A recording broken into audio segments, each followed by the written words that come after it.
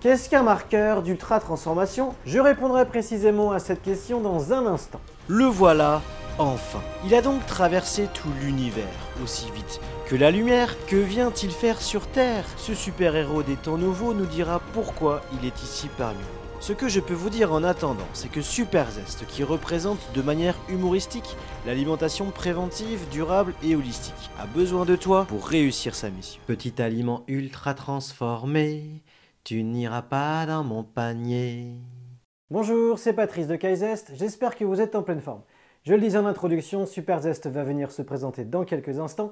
Mais avant, je réponds à cette question, qu'est-ce qu'un marqueur d'ultra transformation? C'est parti. Les aliments ultra transformés se caractérisent par la présence d'au moins un marqueur d'ultra transformation. Si vous avez vu la vidéo avec Monsieur l'ingrédientiste, vous savez maintenant que les marqueurs d'ultra transformation, ou MUT, sont présents dans la liste des ingrédients d'un produit alimentaire industriel par des procédés technologiques, notamment par le cracking, en déconstruisant l'aliment noble, par exemple le blé, alors non, excusez-moi, pas celui-ci, celui-ci, en déconstruisant le blé, en le chauffant à haute température ou bien en faisant des extractions avec des solvants pour faire ensuite des modifications enzymatiques pour créer un très grand nombre d'ingrédients au nom très bizarre, introuvables dans votre cuisine. Ces MUT peuvent aussi être créés par synthèse chimique et tout ceci se fait en laboratoire. Là, je suis en train de manger des boulettes 100% végétales issues de la chimie. Alors ça a l'apparence et la texture de vraies boulettes de viande, mais c'est du végétal. Je me régale. Si Monsieur l'ingrédientiste se régale, de mon côté, je laisse mon tour. En regardant de plus près le packaging du produit au recto verso, il est indiqué que ces boulettes sont à base de protéines de pois et de blé, deux ingrédients issus du cracking du pois jaune et du blé entier, une infime partie de l'aliment noble, beaucoup trop insuffisant nutritionnellement puisque le blé et le pois jaune entier, c'est bien plus que des protéines, c'est un tout. Au passage, il est Nutri-Score A, c'est juste un sketch puisqu'en regardant la liste des ingrédients, à part de l'eau, il n'y a aucun aliment brut, mais bon, passons à la suite. Soit les MUT sont recombinés entre eux pour créer des nouvelles matrices artificielles, donc des faux aliments, c'est-à-dire des aliments industriels dont la liste de leurs ingrédients n'existe pas dans la nature, ou alors ils sont ajoutés à des vrais aliments, comme dans des plats préparés, pour corriger une couleur, un goût, un arôme, une texture. En fait, pour certains de ces aliments, quand tu regardes la liste des ingrédients, tu te demandes si c'est du lard ou du cochon. Mais le marketing et la publicité savent très bien nous rassurer. Les MUT sont classés en 4 catégories et on commence par les additifs cosmétiques. Les additifs cosmétiques sont avant tout des texturants, des modificateurs de goût, des colorants. Ils ont pour finalité de corriger une acidité, modifier une couleur, exacerber un goût, recréer du lien, une nouvelle texture pour qu'elle soit plus agréable en bouche ou plus facile d'accès en fonction de la cible clientèle. Il en existe plus de 300. 339 exactement, on voudrait plus de précision. Ah, tu veux de la précision, Michel? Ok, sur les 339 additifs, 84% sont cosmétiques. Quand je dis cosmétiques, c'est-à-dire ceux qui ne sont pas indispensables et permettent d'embellir le faux aliment par de l'ultra-transformation. Donc, Michel, petit calcul, 84% sur 339 additifs, 285 sont les additifs cosmétiques. Les autres additifs sont les additifs alimentaires, c'est-à-dire des antimicrobiens, des antioxydants, des conservateurs. Leur fonction est de préserver l'aliment et c'est une autre problématique. La deuxième catégorie de MUT sont les nutriments ultra transformés. Les nutriments ultra transformés sont nombreux. Ils sont créés à partir des macros et micronutriments pris dans l'aliment ou par synthèse chimique, et tout ceci se fait en laboratoire. Dans les macronutriments, il y a les substances glucidiques, donc les sucres ultra transformés. C'est dans les glucides qu'il y a le plus de marqueurs d'ultra transformation. On les retrouve dans les sodas, la charcuterie, les sauces, etc.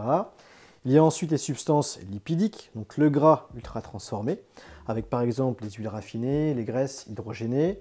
Et puis il y a les substances protéiques, les protéines ultra transformées, avec par exemple les isolats de protéines, des protéines de pois réhydratées que l'on retrouve dans des plats préparés. La troisième catégorie de MUT sont les arômes naturels et de synthèse et les extraits d'arômes. Il y en a environ 3000, ils ont pour but de modifier l'aspect sensoriel au niveau du nez et pour le rendre plus savoureux en bouche. Sur les arômes, il n'y a pas d'études sur l'effet santé humain et il est probable que les arômes ne posent pas de problème sur la santé humaine. Ou pas, car aujourd'hui, on ne sait pas. Par contre, moi ce qui me pose problème avec les arômes, c'est que quand je fais mes courses, il m'arrive souvent de voir dans les magasins alimentaires des produits laitiers aux fruits, mais sans le fruit dedans et avec des arômes naturels qui le remplacent. Donc, quand j'arrive dans le rayon des produits laitiers pour m'acheter des bons yaourts aux fruits, je suis heureux. Je me dis, je vais me régaler chez moi dans mon canapé à les manger. Mais quand je vois le nombre de produits laitiers avec des arômes de fruits qui remplacent le vrai fruit ou pour compléter le peu de fruits, et en plus avec une formulation industrielle pour rendre le produit délicieux ou savoureux, bah là j'ai un petit peu du mal à comprendre le concept. Bah moi ce que je comprends c'est qu'en achetant ces produits-là, et qui coûtent une blinde en plus, bah tu te ferais rouler dans la farine. Et puis tous ces arômes-là, qu'ils soient naturels ou de synthèse, ça reste ni plus ni moins des molécules extraites d'aliments ou synthétisées en laboratoire, très loin de la complexité des arômes des vrais fruits. Michel, c'est naturel, ça passe! Les arômes naturels et les extraits sont nombreux dans l'offre alimentaire. Ils renforcent l'artificialisation de l'aliment et nous éloignent des vrais aliments si importants pour la santé humaine. La quatrième catégorie de mute est le soufflage et la cuisson-extrusion. Pour cette dernière catégorie de mute, il faut un œil averti car il n'est pas inscrit sur l'emballage. L'aliment a subi des procédés de transformation faisant exploser la matrice alimentaire et augmenter l'index glycémique en devenant une bombe de sucre rapide. Ces procédés de transformation sont utilisés pour fabriquer les galettes de riz soufflé ou les céréales du petit déjeuner notamment. Pour conclure sur le concept des AUT, je vais être très rapide et je vais dire simplement qu'avec les nombreuses études, il y a une évidence scientifique qui est largement suffisante pour appliquer le principe de précaution et réduire drastiquement les aliments ultra transformés. Si tu souhaites réduire ces faux aliments dans ton régime alimentaire, eh bien quelqu'un a un message pour toi. Cher humain de tout âge, salut à toi.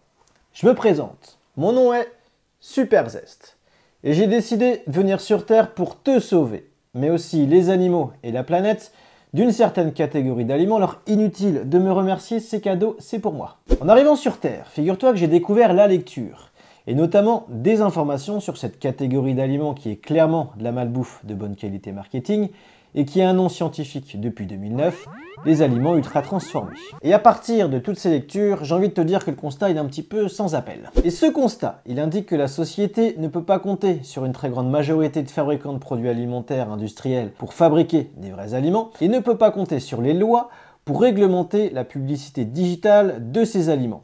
De toute façon, faut pas rêver, l'agressivité du marketing alimentaire sera toujours présente, où qu'elle soit. Donc, le citoyen doit lui-même s'engager, se mobiliser pour rétablir une alimentation moins industrielle et se tourner vers des aliments bruts anormalement transformés.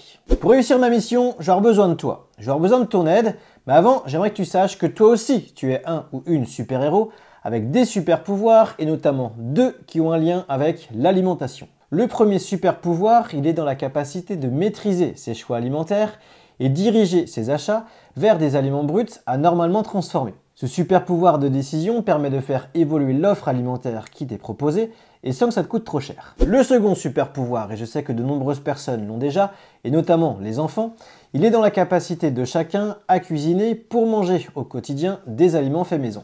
Sois vigilant des bons aliments que tu cuisines car il n'est pas toujours simple de les trouver dans les magasins alimentaires. Pour terminer, je vais te lire un extrait du livre Pour une révolution délicieuse aux éditions Fayard. L'auteur est Olivier Rollinger. C'est un de nos plus grands cuisiniers, il est breton. Il se tourne aujourd'hui pour que les petits producteurs d'épices puissent vivre décemment de leur métier. Puisque les hommes politiques ne veulent pas se battre, nous, citoyens, pouvons nous lever pour une révolution délicieuse. Aujourd'hui, j'aimerais mener avec vous, tous unis, ce soulèvement alimentaire pacifiste et joyeux. Nous battre pour qu'enfin nous reprenions en main notre destin et arrachions des griffes des industriels ce trésor de l'humanité qu'est la nourriture. Car la nourriture est tout à la fois notre premier médicament, notre héritage et notre culture. Il est essentiel de transmettre le goût d'une cuisine écologiquement saine à nos enfants, comme nous leur apprenons à marcher, lire et compter.